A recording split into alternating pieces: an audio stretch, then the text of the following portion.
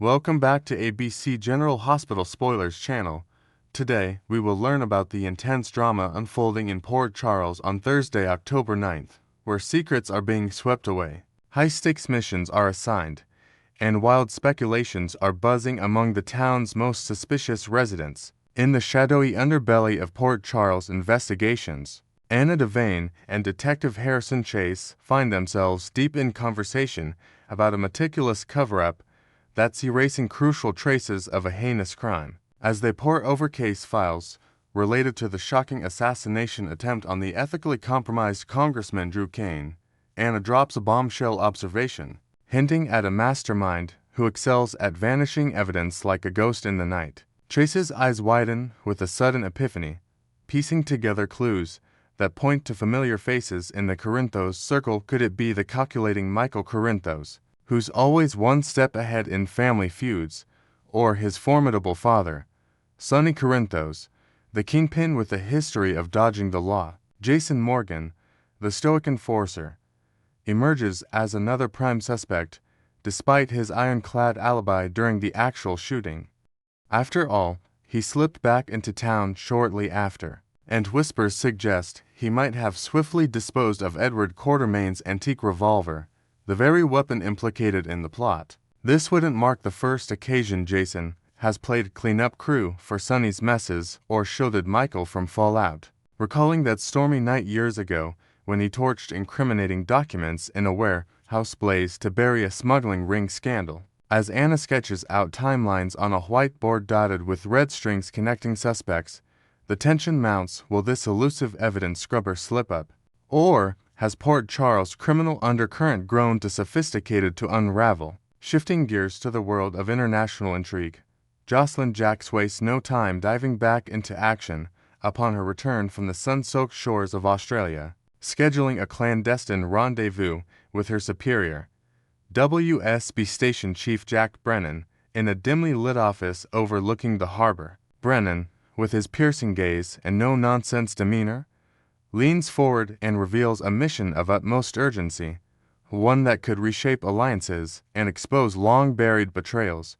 Josslyn, her adrenaline surging, nods eagerly, ready to deploy her sharp instincts and undercover skills honed from past ops. Speculation runs rampant that this pivotal task ties directly into the enigmatic resurgences of Britt Westburn and her brother Nathan West, both thought to have perished in fiery tragedies, but now striding back into the spotlight like phoenixes from the ashes. The luxurious Five Poppies resort, once a playground for spies and scandals under WSB surveillance, lingers in the agency's crosshairs, prompting renewed vigilance on Britt's unpredictable movements. Perhaps she's entangled in a web of corporate espionage that threatens global stability. Nathan's timely reemergence, mere weeks after Britt's dramatic unveiling, screams coordination.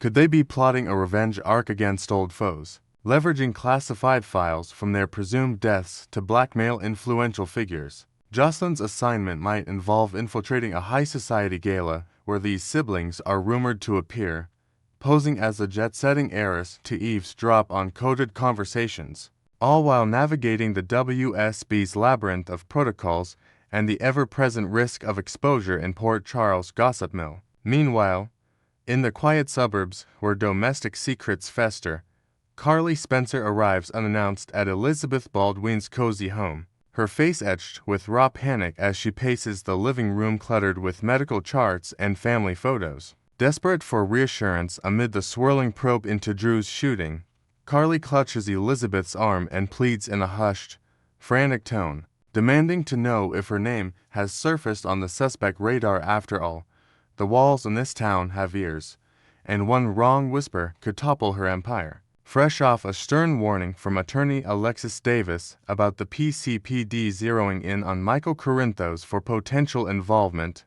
Carly's mind races through her own timeline, convinced her alibi of a late-night business call is bulletproof. Yet she's subtly probing Elizabeth for insider scoops on the investigation's twists. It feels instinctive for Carly to turn to Liz, the compassionate nurse who stumbled upon Carly's heated exchange with Drew just hours before the bullets flew. Those fiery threats of exposure over his congressional indiscretions now haunt her like a bad dream. Elizabeth, torn between loyalty and ethics, offers vague comforts while stirring chamomile tea. But Carly presses on, inventing scenarios where anonymous tips could frame her as the vengeful ex, drawing parallels to a past scandal where she nearly lost custody over fabricated accusations. As rain patters against the windows, their dialogue uncovers layers of mistrust, hinting that Elizabeth's own hospital shifts might hold overlooked witnesses to the night's chaos. Over at General Hospital's bustling corridors, Curtis Ashford seeks out Portia Robinson in her sleek office, the air thick with unresolved marital tension and the faint scent of antiseptic from the ward beyond. Dropping into a chair opposite her desk piled with patient files, Curtis dives straight into the heart of their shared nightmare, the blackmail scheme orchestrated by Drew Kane, whose iron grip on their secrets once loomed like a storm cloud. With a confident glint in his eye, Curtis theorizes that if his hunch holds, Drew's leverage has evaporated into thin air, rendering him powerless against their fragile peace.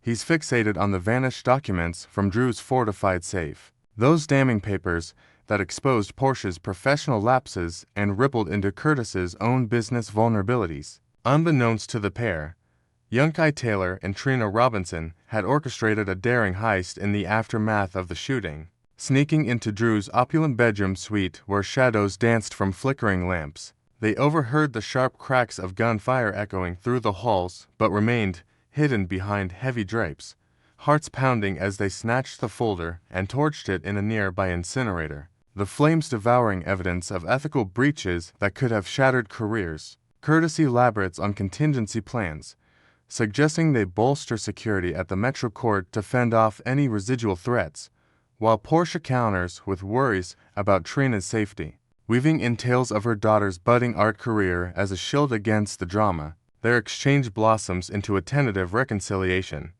laced with what-ifs about rebuilding trust amid Port Charles' relentless intrigue. In the sterile glow of Drew Kane's recovery room at GH, Willow Tate stands vigil by his bedside, the beeps of monitors punctuating her confession like a ticking clock of regret. As Drew's eyes flutter open, clouded with post-trauma haze and lingering distrust, Willow admits she's withheld key truths from him, her voice trembling with the weight of unspoken burdens. After all, his own deceptions in their tangled history hardly entitle him to full candor now. This revelation hangs heavy, especially since Willow tops Anna Devane's persons of interest list for the shooting, though the spotlight currently burns hottest on Michael.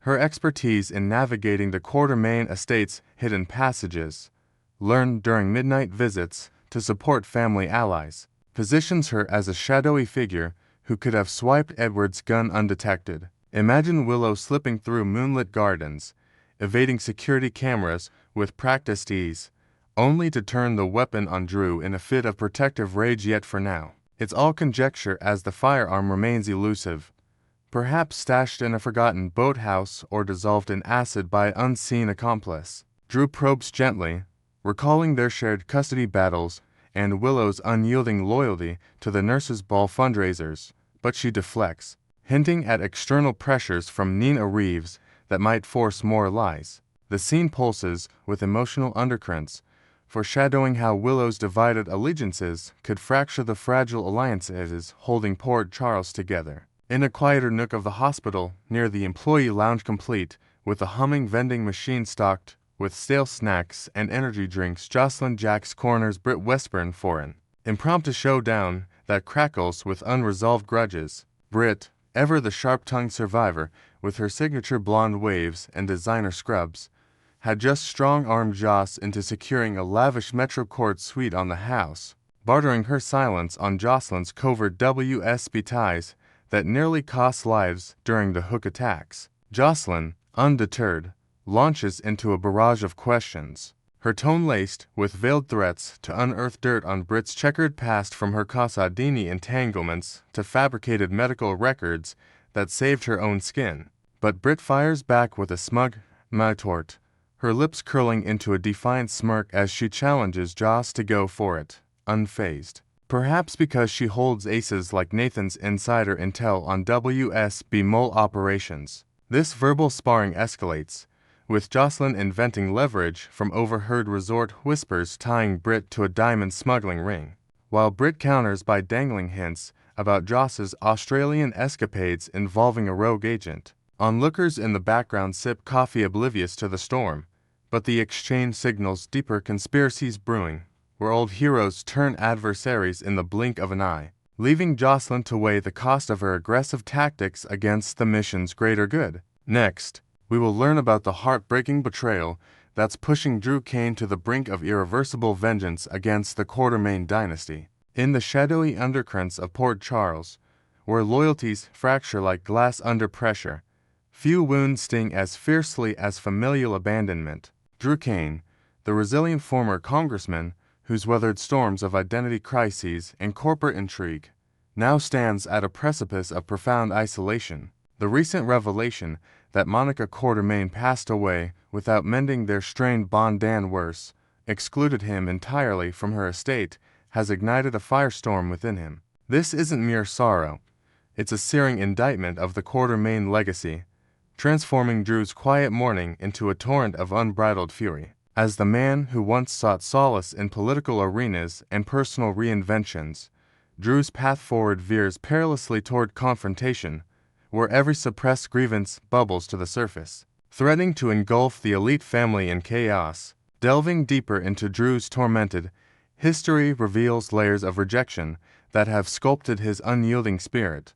Born as Andrew Kane, he was cruelly separated from his identical twin, Jason Morgan, in a covert government experiment that shattered their early years apart. Shuffled through foster systems and shadowy organizations, Drew never tasted the warmth of a stable home, let alone the embrace of blood ties. The Quartermaines, with their sprawling mansion and ironclad traditions, represented the pinnacle of what he craved, belonging. Yet, time and again, he found himself on the periphery, tolerated at best, dismissed at worst. Monica, however, pierced through that barrier like a beacon in the fog. As the compassionate matriarch, she viewed Drew not as an outsider or a Kane interloper, but as a son in spirit, offering guidance during his tumultuous returns to Port Charles. Her subtle affirmations, from quiet conversations in the Q Mansion's library to standing by him amid ELQ boardroom battles,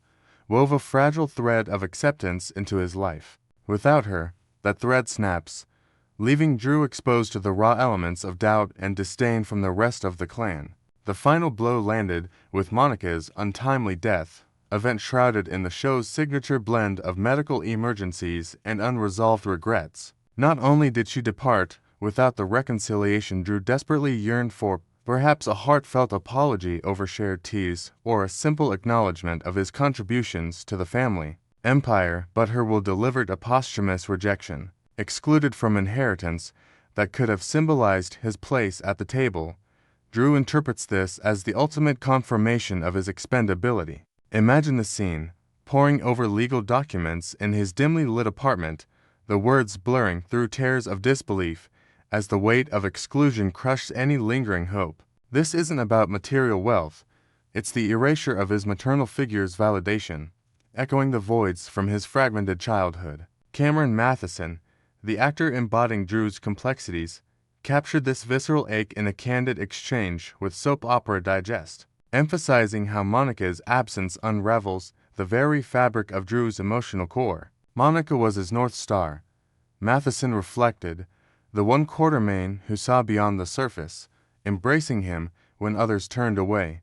This loss amplifies Drew's innate hunger for connection, a void now filled with echoes of isolation that propel him towards self-destructive paths. As grief morphs into a venomous resolve, Drew's interactions with the Quartermaines take on a sharper edge, foreshadowing eruptions that could redefine alliances in Port Charles. Picture the opulent, yet tense atmosphere of Monica's memorial service at the Quartermaine estate, where crystal chandeliers cast long shadows over assembled mourners whispering about legacies and losses. Drew, driven by an impulsive surge of desperation, crashed the event uninvited, his presence a bold intrusion into sacred ground. Tracy Quartermaine, ever the sharp-tongued enforcer of family boundaries, doesn't hesitate.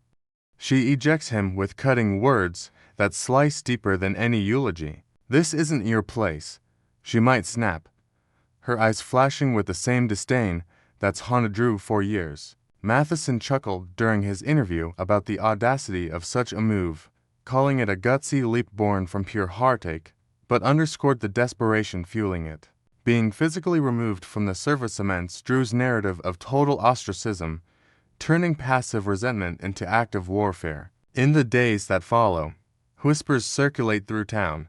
Drew spotted lurking near the queue gates at midnight, or exchanging heated glares with Ned at a charity gala. Each encounter laced with unspoken accusations. Looking ahead, Drew's arc promises a descent into retribution that's as calculated as it is cathartic, diverging sharply from any path of forgiveness. No longer content with sidelined grievances, he channels his pain into strategic strikes against the Quartermain fortress. Invent a twist, Drew uncovers a forgotten ledger from ELQ's archives, revealing Monica's private reservations about the will, perhaps influenced by Tracy's manipulations, sparking a personal crusade to expose hidden family hypocrisies. His once noble congressional demeanor hardens into something predatory. Expect scenes where he allies uneasily with old foes like Valentin Casadini, leveraging corporate secrets to undermine Quartermain holdings. Matheson hinted at this evolution in his digest chat, noting, "Drew's not seeking closure, he's dismantling the door that slammed in his face." The anger simmers beneath every decision, from strained co-parenting moments with Scout, where his bitterness seeps into custody talks, to tense confrontations with Willow, who pleads for restraint amid her own Q ties. This weaponized sorrow could ripple outward, straining Drew's budding romance with Nina or reigniting rivalries with Jason, as twin loyalties clash against fractured paths. In Port Charles, where secrets breathe like vines, Drew's transformation signals not renewal, but a scorched earth reckoning, uprooting the Quartermain tree to plant seeds of his own unyielding empire. Yet, amid the storm, glimmers of Drew's humanity persist, offering tantalizing what-ifs for devoted fans. What if a surprise letter from Monica surfaces, penned in her final days, urging reconciliation and revealing her true affections? Or perhaps a flashback sequence delves into their unspoken bond, showing Monica defending Drew in private Quartermain council meetings against Tracy's barbs. These invented layers deepen the tragedy, illustrating how one woman's death unravels a man's quest for identity. Matheson elaborated on this duality, explaining how Drew's rage masks a profound vulnerability. He's lashing out because the rejection validates every fear he's carried since boyhood, the fear of being forever the outsider. As episodes unfold, viewers might witness Drew's solitary nights, staring at old photos of Monica, wrestling with the ghost of what could have been. This internal turmoil fuels external chaos, like a heated boardroom showdown where Drew demands his due, his voice cracking with suppressed sobs before stealing into defiance. The broader implications for General Hospital's tapestry are seismic, as Drew's vendetta tests the Quartermain resilience like never before. Envision escalated family fractures, Michael siding uneasily with his uncles, while Brooke Lynn navigates the fallout in her music career entangled with the LQ. Tracy, sensing the threat, might rally defenses with sly alliances, but Drew's unpredictability honed from Navy SEAL days keeps her on edge. Matheson's insights paint this as a psychological thriller within the soap framework, where pain and anger collide to birth something unstoppable. Fans speculate wildly, will Drew's spiral lead to a dramatic ELQ takeover bid, complete with leaked scandals, or a poignant intervention from Carly, bridging old flames and new wounds? These expansions highlight the show's mastery of emotional depth, turning personal betrayal into a catalyst for sweeping drama. In essence, Drew Kane's journey from bereaved son figure to vengeful force redefines loyalty in Port Charles, reminding us that the deepest cuts often come from those we hold closest. As the Quartermains brace for the backlash, one thing remains clear: Drew's not fading into the background. He's stepping into the spotlight, armed with the shards of his broken trust, ready to shatter theirs. Next, we dive deep into the tangled web surrounding Ric Lansing's desperate bid for escape from his latest mess involving Ava Jerome, Alexis Davis, and Christina Corinthos Davis. What seemed like a narrow getaway for Ric has spiraled into an even tighter snare, leaving him teetering on the edge of exposure just as his 40-day confinement clock winds down to zero. Picture this: the moment he steps foot back onto the bustling streets of Port Charles, shadows from his hidden chaos could come crashing in, especially with Elizabeth Baldwin still haunted by that chilling scream echoing from the phone line during their last tense call. She's not one to let eerie details fade into the background.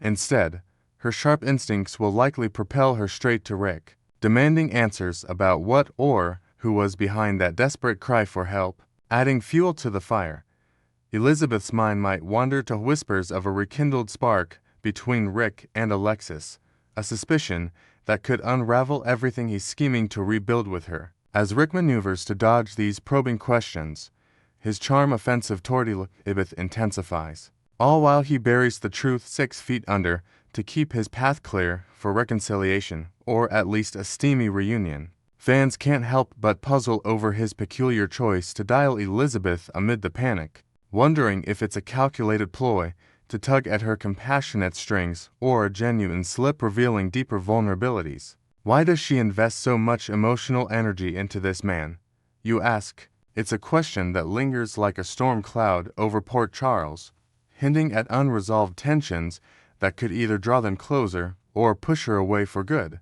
Delve deeper, and Ric's refusal to confront his laundry list of transgressions becomes glaringly obvious. He's not chasing redemption, he's chasing convenience, knowing full well that apologies won't erase the scars he's inflicted. Remember the betrayal that shattered trust when he wandered into infidelity, treating loyalty like yesterday's news, or the darker chapters of emotional manipulation and outright harm that left victims picking up pieces for years. And let's not gloss over that insidious plot where he secretly dosed Elizabeth with birth control, stripping her of choices in the most violating way imaginable, actions that scream danger from every angle. Layer on his track record with other women in town, from calculated seductions to outright deceptions, and it's crystal clear why Elizabeth and, frankly, every leading lady in Port Charles would thrive without his disruptive presence looping back in. Yet, here's where Elizabeth's character shines and stumbles.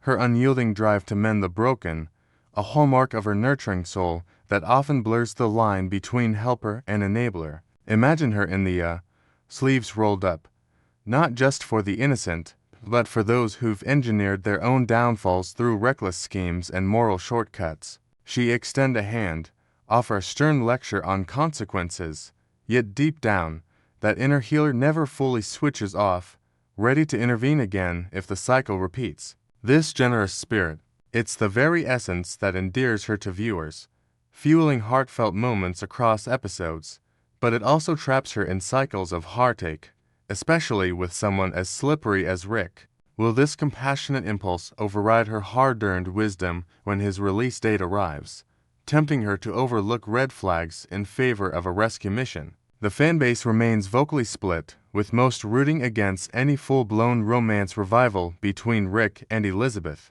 craving instead the light-hearted sparring that keeps things electric without the toxicity. Let them trade witty barbs over coffee at Kelly's, with Elizabeth deftly parrying his advances while underscoring that their romantic elevator is permanently out of service. No restarts, no exceptions. Still, an undercurrent of camaraderie has been simmering since Ric's return, evolving from icy standoffs to tentative conversations that surprised even the most jaded observers.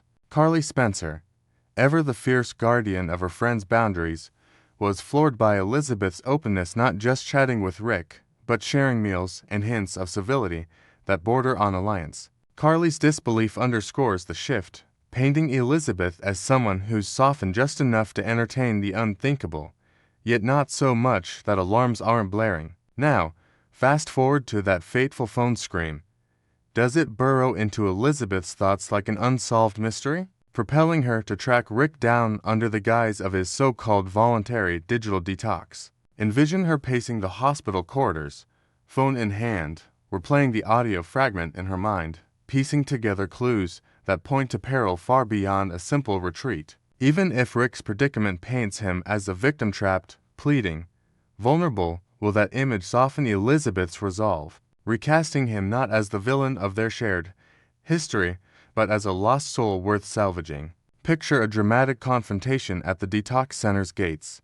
Elizabeth arriving unannounced, her expression a mix of concern and caution, only for Ric to spin a web of half-truths laced with flattery to reel her back in. As the days tick closer to his freedom, tensions mount. Will she extend aid, despite the glaring reasons not to, or finally draw a line in the sand, prioritizing her peace over his pleas? In Port Charles, where secrets fester like open wounds, this intersection of past sins and present crises promises fireworks that could redefine alliances and shatter illusions anew. Stay tuned as these layers peel back, revealing whether Elizabeth's fixer instincts lead to triumph or another round of turmoil in the ever-twisting tale of General Hospital.